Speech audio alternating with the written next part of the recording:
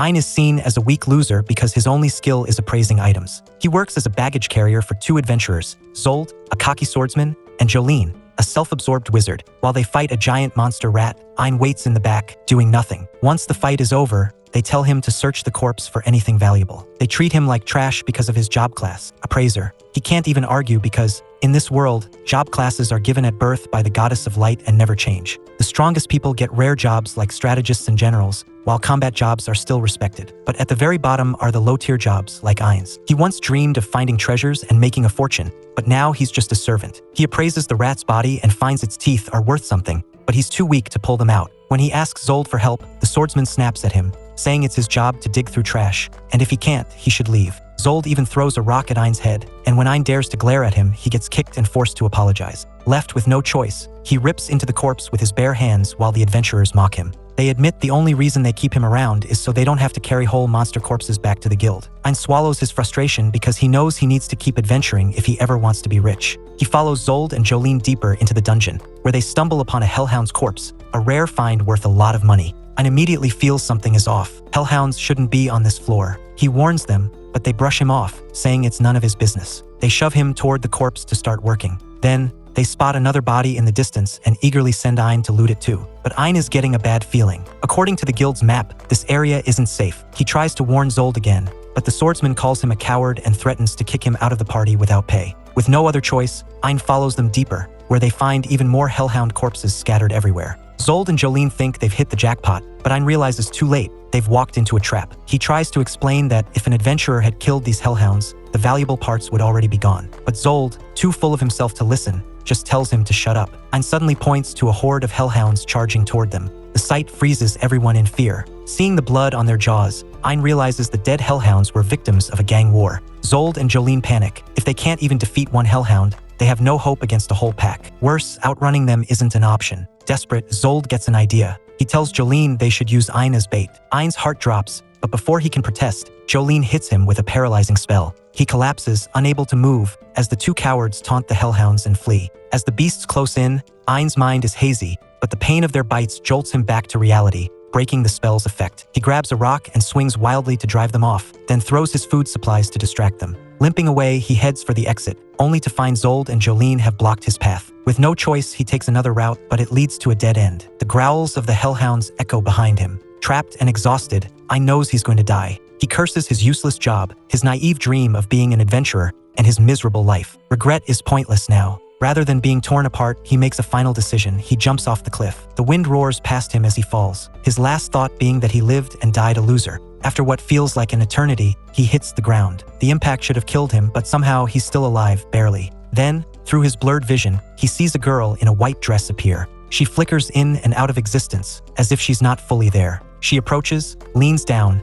and gently kisses his forehead before he loses consciousness. When Ein wakes up, the girl is gone, but his wounds are completely healed. He finds himself lying in a small pool at the base of a massive tree. Curious, he appraises the water and is stunned to discover it's an S-rank item called Yggdrasil Drops, capable of instantly curing any injury or disease. Looking up, he appraises the tree itself and is left speechless. It's Yggdrasil, the legendary world tree. The scholars believed it had vanished long ago, yet here it is, hidden deep within the dungeon. It was the world's greatest source of mana, and though people could still use magic after its disappearance, no one ever found proof of another tree. Until now, realizing this ancient tree saved his life, Ein places a hand on its trunk in gratitude. He swears he hears a soft moan, but there's no one around, so he brushes it off as his imagination. Determined to find a way back to the surface, he turns to the tree and thanks it one last time. In the distance, the mysterious girl watches, trying to reply, but no words come out. Ein ventures deeper into the dungeon, realizing that even the guild hasn't explored this far. The path ahead is unknown, but he has no choice but to move forward. For a while, he doesn't encounter any monsters and lowers his guard. Then,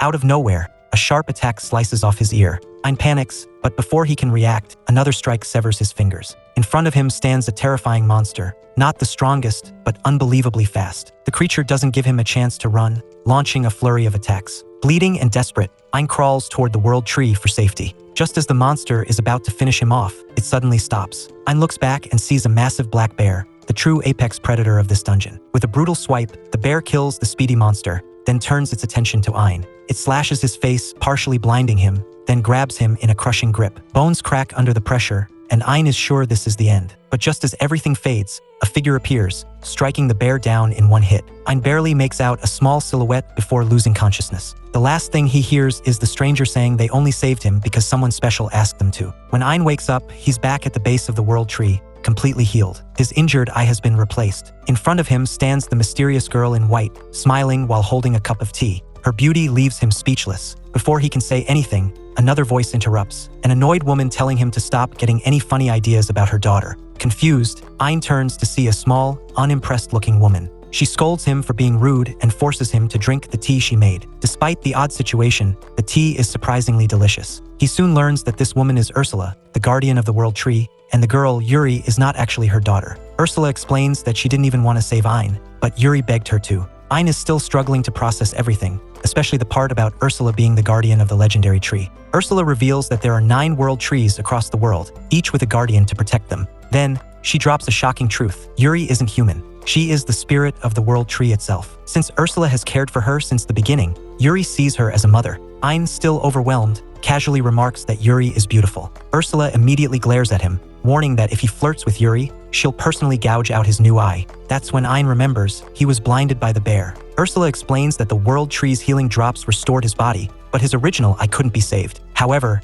Yuri wanted him to see again and grow stronger, so Ursula crafted a special new eye for him using the power of the world tree itself. Ein is surprised and asks Yuri why she cares so much about him. She shyly explains that it's because he thanked her. Ursula adds that although many adventurers have fallen here before, none of them ever showed gratitude. Instead, some even tried to tear off her branches after learning she was the world tree. To Yuri, Ein's simple act of kindness meant a lot. Touched, Ein thanks her for saving his life twice, making Yuri blush. Ursula interrupts their moment and tells Ein to leave now that he's healed. But Yuri insists that he's still too weak and will die if he goes now. She pleads with Ursula, even crying, until Ursula finally gives in and agrees to train Ein until he's strong enough to leave on his own. Without wasting time, Ursula drags Ein into the dungeon. He quickly realizes that this training might be worse than death. She leads him into a pitch-black corridor and tells him to look ahead. Ein complains that it's darker than his future. Ursula calls him an idiot and tells him to focus. His left eye holds the power of the world tree, and if he concentrates, he'll be able to see. Thinking about Yuri, Ein focuses, and suddenly,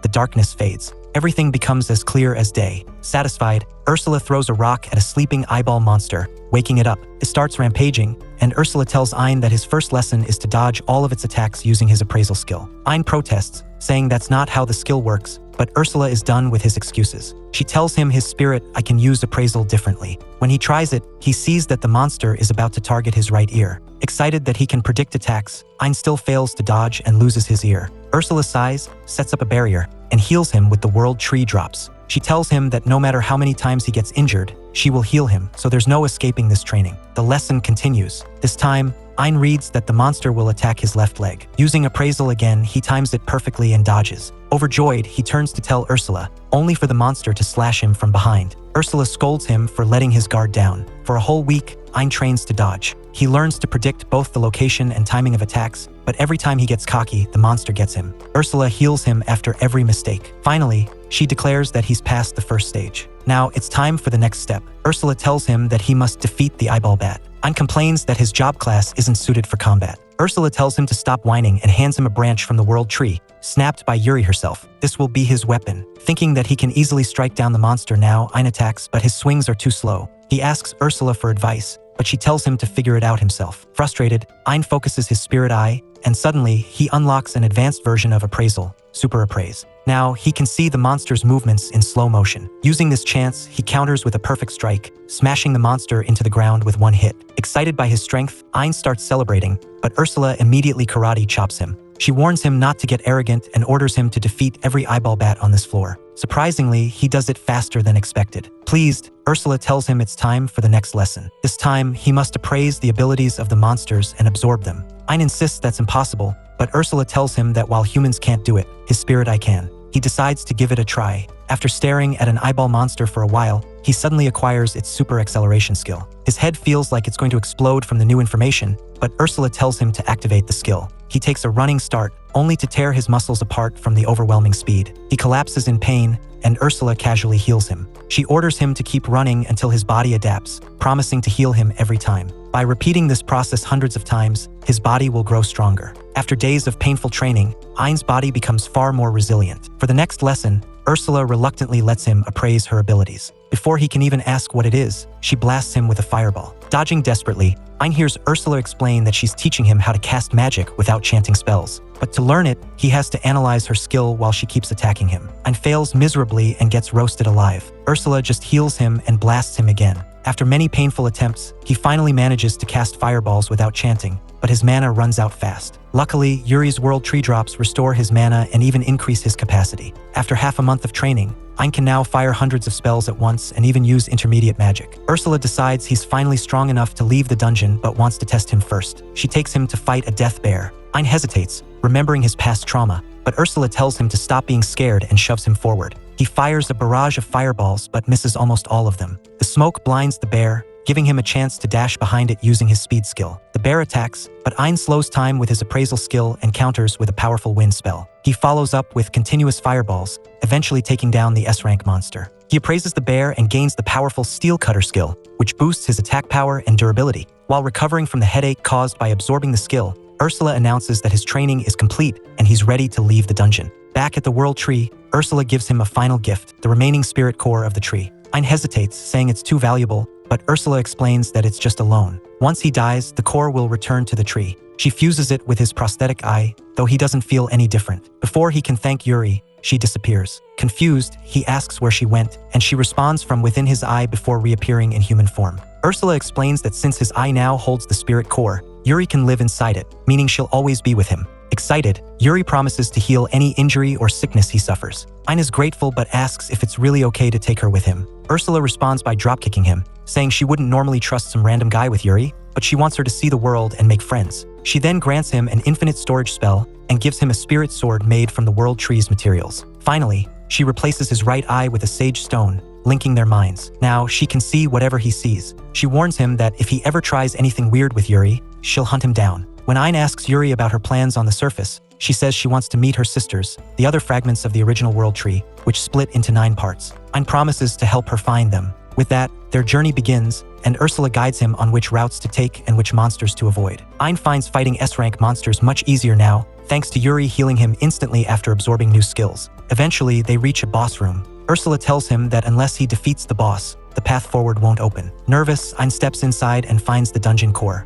A giant stone golem emerges from a summoning circle. Ein orders Yuri to hide inside his eye and charges forward, dodging the first attack. The golem counters with a heavy punch. Ein hardens his arms with a defensive skill but still gets his leg muscles torn apart. Yuri heals him instantly. Realizing he can't fight up close, he uses a poison skill to melt the golem's arm. Enraged, the golem goes on a rampage. Hiding behind rocks, Ein thinks of a plan. Ursula tells him he has enough mana now to use his strongest spell. Following her advice, he unleashes Nova Strike, striking the golem with the force of a meteor, melting its body. He can't believe his own strength. As Yuri heals him, he holds her hands in gratitude, making her blush. Ursula interrupts, forcing him to appraise the golem's remains. He gains high-level offensive and defensive abilities. Then, Ursula appraises the dungeon core and finds it similar to the spirit core. She uses it to strengthen his prosthetic eye, explaining that defeating dungeon bosses and absorbing their cores will make him even stronger. After leaving the boss room, Ursula notes that the dungeon is now sealed, cutting off access to the World Tree. Since she no longer needs to guard it,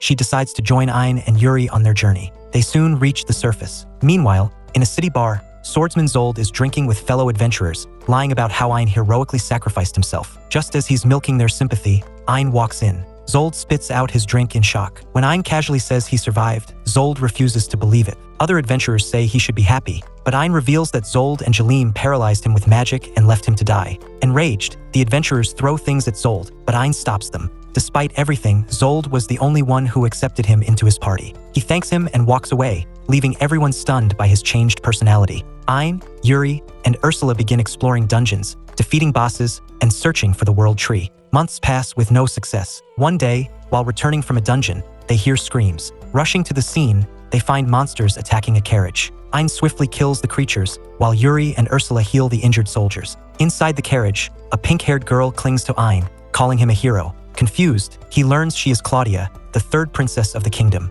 With her is Jasper, the merchant guild leader. Grateful, Claudia invites them to the palace. However, as soon as they arrive, Claudia declares her love for Ein. Shocked, he's about to respond when Yuri jumps in, boldly claiming to be his wife. Before Ein can process that, Claudia happily says she has no problem being the second wife. As the girls argue, Jasper steps in, saying Ein should marry him instead. Horrified, Ein realizes he's somehow attracted both men and women. Jasper explains he's actually interested in Ein's left eye, which contains the spirit core, the rarest gem in the world. Jasper then shares a legend about the original world tree using its power to seal the demon lord before disappearing. He has searched for its spirit core for years, and now that he's found it, he wants to keep it forever. Ein wants to refuse, but Ursula tells him that Jasper has money and valuable information on the world tree. Begrudgingly, Ein agrees to stay close to him. Jasper confidently declares that one day, Ein will be part of his harem. Ein immediately regrets everything.